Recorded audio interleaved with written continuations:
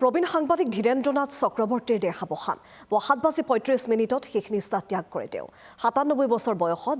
দেহাৱসান ঘটে ধীৰেন্দ্ৰনাথ চক্ৰৱৰ্তীৰ গুৱাহাটীৰ জিএনআৰচিত মৃত্যু হয় ধীৰেন্দ্ৰনাথ চক্ৰৱৰ্তীৰ দীৰ্ঘদিনে তেওঁ অসুস্থ হৈ আছিল 19 ফেব্ৰুৱাৰীত চিকিৎসালয়ত ভৰ্তি কৰা হৈছিল বিশিষ্ট সাংবাদিকগৰাকীক বহু বাতৰি কাকতত সম্পাদকৰ দায়িত্বত আছিল বৰ্ষীয়ান সাংবাদিকজন দৈনিক অসম আজিৰ বাতৰি কাকতৰ লগতে বহুকেইখন সংবাদপত্ৰৰ সৈতে তেওঁ জড়িত হৈ আছিল হাস্পতালৰ পৰা মৃতদেহ লৈ যোৱা হয় পাঞ্জাবাৰীৰ বাসগৃহলৈ বাসগৃহ বিশিষ্ট সাংবাদিকগৰাকীৰ নষ্টৰ দেশত অসংখ্যজনৰ শ্ৰদ্ধাঞ্জলি নৱগ্ৰহ শ্মশানত শেষকৃত্য সম্পন্ন হ'ব ধীৰেন্দ্ৰনাথ চক্ৰৱৰ্তীৰ বাসগৃহৰ পৰা পাঞ্জাবাৰী শাখা সাহিত্য সভাৰ কাৰ্যালয়লৈ নষ্টৰ দেহ লৈ যোৱা হ'ব ৰুক্মিণী নগৰৰ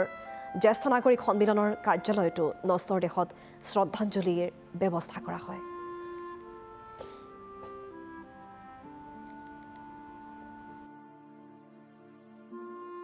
আমি আজি অতিকে মৰ্মাহত যে বিগত ৭০ বছৰৰো অধিক কাল অসমৰ সংবাদ জগতক এক প্ৰকাৰ মানে সবলভাৱে প্ৰতিনিধিত্ব কৰা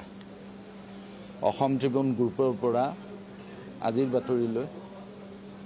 নাগৰিক সমাজৰ পৰা সাহিত্য সভালৈ আৰু শেষ পৰ্যন্ত তেওঁ নিজকে এইদৰে গণ্য কৰিছিল যে দেশৰ ভিতৰতে আটাইতকৈ জ্যেষ্ঠ কৰ্মৰত সাংবাদিক সেইকাৰণে মানে তেওঁ ৯৫ বছৰ বয়সলৈকে তেওঁ নিউজ লিখিছিল সেয়া নাগৰিক সভা সম্পৰ্কীয় নিউজেই হওক